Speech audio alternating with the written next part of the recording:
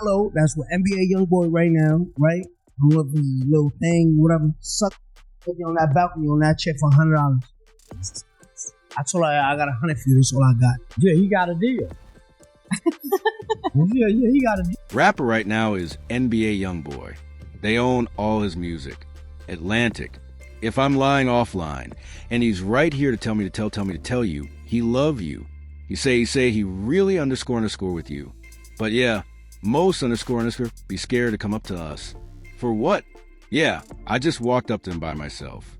Oh, underscore easy said it. I got it. I got it right here. Y'all want to see it? Yo, what's good, fam? Today, we're stepping straight into one of hip-hop's most twisted, layered, and straight-up shocking beefs. The lawn-gunning saga between 6ix9ine and NBA. YoungBoy. This ain't just another rap disagreement. This is a type of situation that flips the whole culture upside down and has everybody arguing in the comments. We're talking snitching allegations, crazy, money offers, legal smoke, street tension, and label power plays that had the whole industry whispering.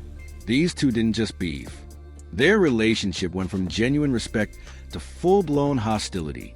And the switch-up was so wild, it still has people debating what really happened behind the scenes.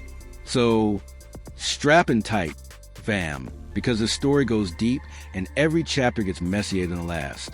Let me walk you through how this all kicked off. Back in 2018, 6ix9ine and NBA YoungBoy were both moving like unstoppable forces. They were young, dangerous, unpredictable, and dominating every conversation in rap. 6ix9ine had the whole internet locked in with the wild hair, wild lifestyle, and wild energy. While YoungBoy was building an entire movement out of Baton Rouge with his raw emotion and non-stop grind, these weren't just upcoming artists. These were two storms hitting the culture at the same time, reshaping everything around them. And here's the part that shocks a lot of people today. Despite how ugly things are now, these two actually respected each other heavy back then. It was a different era, a moment when the streets still believed in real loyalty and real code. You feel me? 6ix9ine even told this story himself, and it really shows how different the energy was back then. Picture the scene. It's 2018. The rap game is boiling. Everybody's dropping heat, and these two young giants are finally crossing paths. According to 6ix9ine, NBA YoungBoy actually stepped up to him first and showed him real love. Not some fake industry fist bump, not some forced smile, but genuine respect that he's different. He came through calm and solid. One of the coolest dudes you could meet, at least in 6ix9ine's eyes. And then 6ix9ine added something that really says a lot. He only rocks with people who rock with him. That line right there shows how simple things used to be before everything spiraled into chaos, when you had a perception in your head that might be negative that you met, and then they completely proved you wrong. I think I'm NBA YoungBoy. Okay, so I thought NBA YoungBoy, hadn't want to be down, like how I say, I met him at a basketball game, but this is before cooperation. Okay, what year? Oh, this 2018. It's yeah, I just walked up to him by myself. Oh, underscore inquiry said it. I got it right here. You want to see it? So he's like, yo, I walked up sign. He came up to me by himself. And this in New York City? No, it was in LA. Okay, I'm gonna see I saved it. But NBA YoungBoy, he's pretty down to earth. MHM, I think just misunderstood. Bro, I think people just understand his music. But it's real. Yeah, people think he's reckless and violent. I mean, no, he's not. He's actually only underscore with people. This moment is important because it proves that before the drama, before the labels, before the internet turned everything into a war zone, these two actually saw each other as authentic forces in the game. YoungBoy didn't flinch at 6ix9ine's wild reputation, and 6ix9ine respected YoungBoy's raw aura right back. It wasn't fake. It wasn't for cameras. It was real mutual respect between two artists fighting their way to the top, hungry and unstoppable. Want me to tell you he love you? He said he really underscore with jail, man. Shorty a real underscore. Shorty just see me and greeted me. You hear me? Hey, most underscorers, be scared to come up to us for what? I mean, some of the coolest __ you can meet. That __ see me and greeted me though and kept it going. Real __ yeah, man. They met each other on solid terms. But anyone who knows the streets knows nothing stays the same forever. And what came next? It flipped everything and set the tone for years of real tension. Fast forward to 2020, and the whole landscape shifted heavy. 6ix9ine's world collapsed overnight after he got pulled into that RICO case with the 9 Trey Bloods. And everybody knows how that played out when he decided to cooperate with the feds. His entire image shattered instantly. Almost the whole rap world turned on him. And he went from being one of the loudest names in the game to the most avoided one. When 6ix9ine touched back down after jail, the industry treated him like he carried something contagious. Nobody wanted to work with him. Nobody wanted to stand next to him. And his career was hanging on life support. Artists who used to show him real love were suddenly acting like he didn't exist. That's how it goes in the streets. Once you cross a certain line, there's no reset button, no second chance at respect. But 6ix9ine wasn't tapping out. He still had major money, major ego, and a plan to force his way back into the spotlight. So what did he do? He started throwing out huge offers, trying to buy his way into relevance again. And at the very top of his wish list, NBA YoungBoy, the one artist he believed could flip his comeback instantly. According to 6ix9ine, he put $1 million on the table to get YoungBoy on a track with him. A straight million. Fam, that's not pocket change. That's life-changing money for most people. And for a second there, people actually thought it might go through because if anyone could bring shockwaves to the culture, it would have been those two on the same record. 6ix9ine revealed that YoungBoy was actually thinking about taking the deal. They talked, they went back and forth, and it really looked like the collab was about to happen. This would have been a massive moment for 6ix9ine's comeback and a smooth, heavy bag for YoungBoy. But here's where everything flips. YoungBoy backed out at the very last second, and the timing shook the whole situation. According to 6ix9ine, YoungBoy didn't want to be the first artist to jump out and work with him after everything that happened with the cooperation case. The pressure, the backlash, all that weight was way too much to take on, especially with the whole rap world watching every move. The politics were loud, the streets were louder, and YoungBoy decided the risk wasn't worth the fallout. Cooperation like when I gave Kodak $1 million. I guess NBA YoungBoy, and I could tell you this act was we were going to pay when we did that Kodak feature. We already had him not saying that Kodak was our second option. We just had the $1 million there to, do the video with fume vapes and all that. Underscore. But I guess NBA YoungBoy was, I guess he didn't want to be the first person to jump, But hold up, because this story gets way messier. After YoungBoy stepped back, guess who suddenly popped up interested? Lil Tim. Yeah, that Lil Tim. YoungBoy's close associate tied to the King Von situation in Atlanta back in 2020. This is someone with a serious reputation. Someone deeply connected to YoungBoy's circle, and definitely not the type of dude you play around with. So when Lil Tim showed interest in taking that $1 million collab, it was a wild moment. 6ix9ine probably thought he found the ultimate loophole if he couldn't secure YoungBoy himself. Getting someone from his inner circle was the next best move, and Lil Tim had major street credibility. His name ringing heavy because of everything that went down.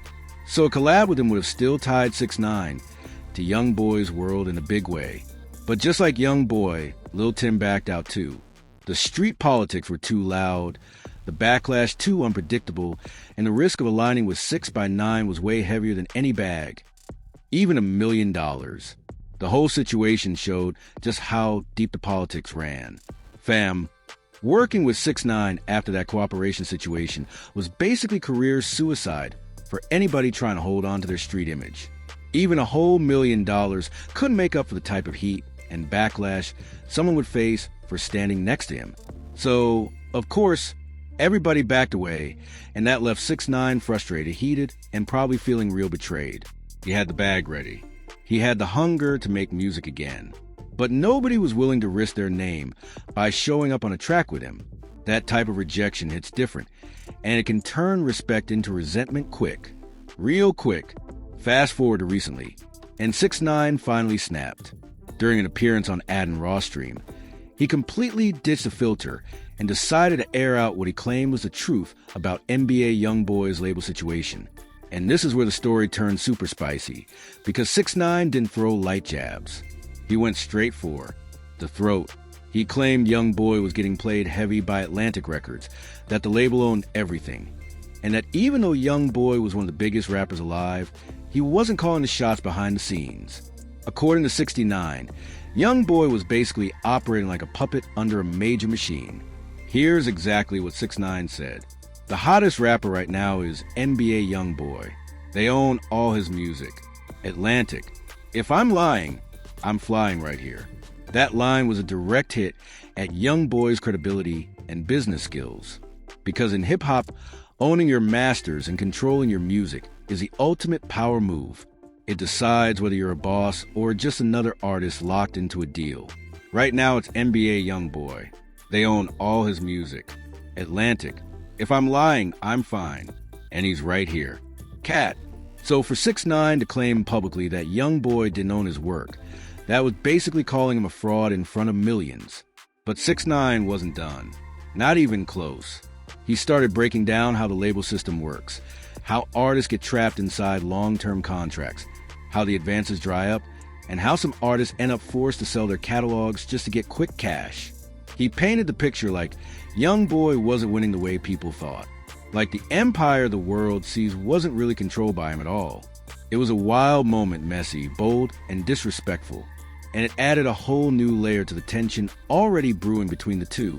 He was basically dropping a full masterclass on how the music industry chews artists up and spits them out. And he used YoungBoy as the prime example. And the timing made everything even louder because YoungBoy had already been open about his issues with Atlantic Records. And rumors about his contract had been swirling for years. So 6ix9ine wasn't just talking reckless. He was aiming straight for the soft spot, the place he knew would sting the most.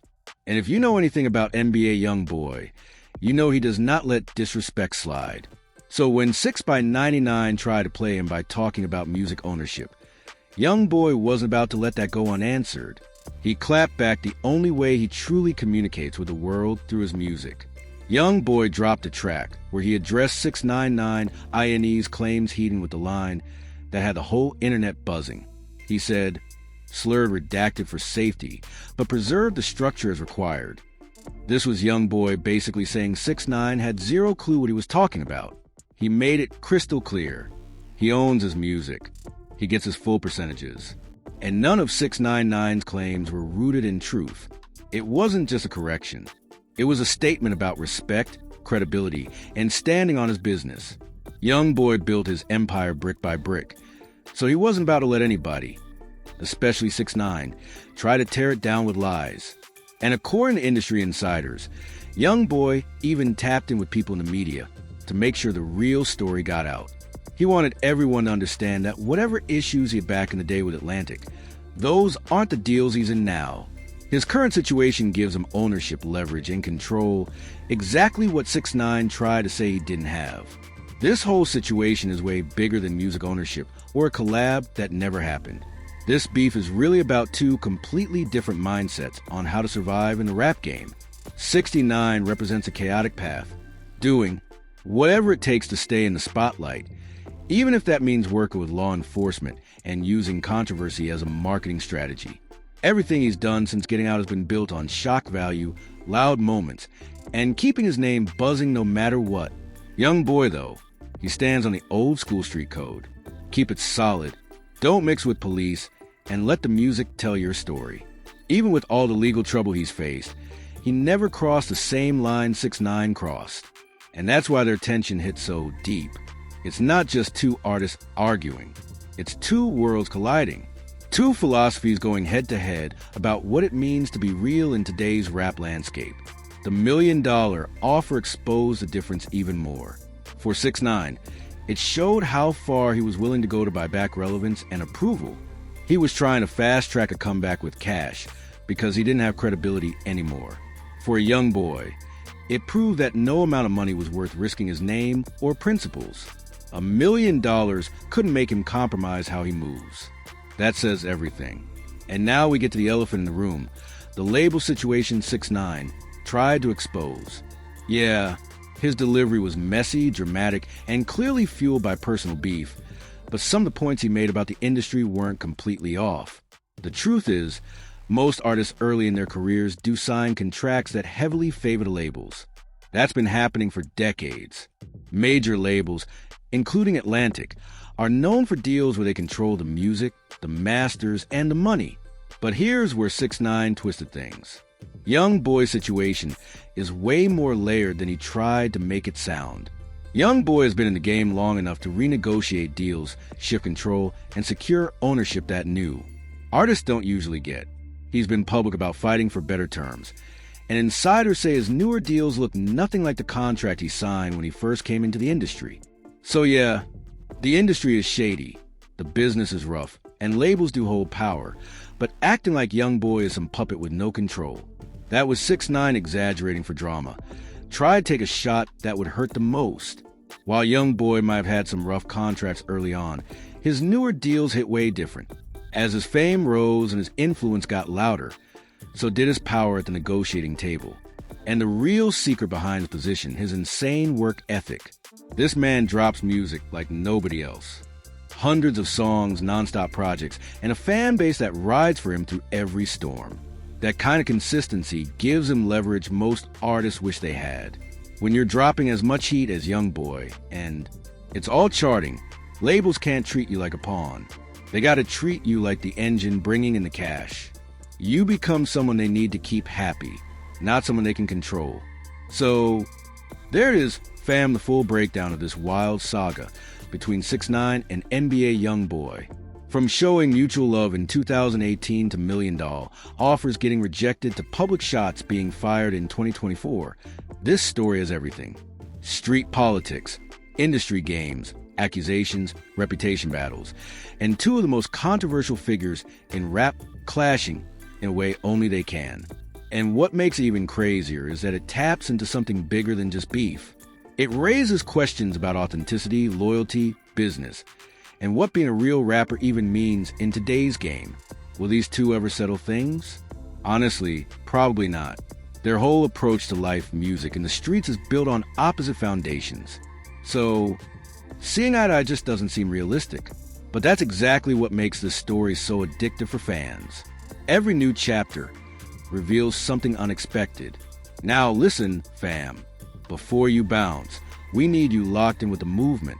Turn those notifications on right now and subscribe to Rap Uncovered so you never miss the heat we drop.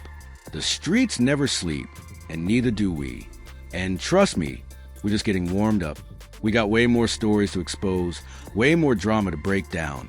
And tomorrow's upload is going to be even crazier, even deeper, and absolutely unmissable. Smash that like button, share this with all your homeboys, and drop your thoughts in the comments because we want to hear what you think about this wild situation. And we'll catch you in the next one right here at Rap Uncovered, where the truth of the streets lives.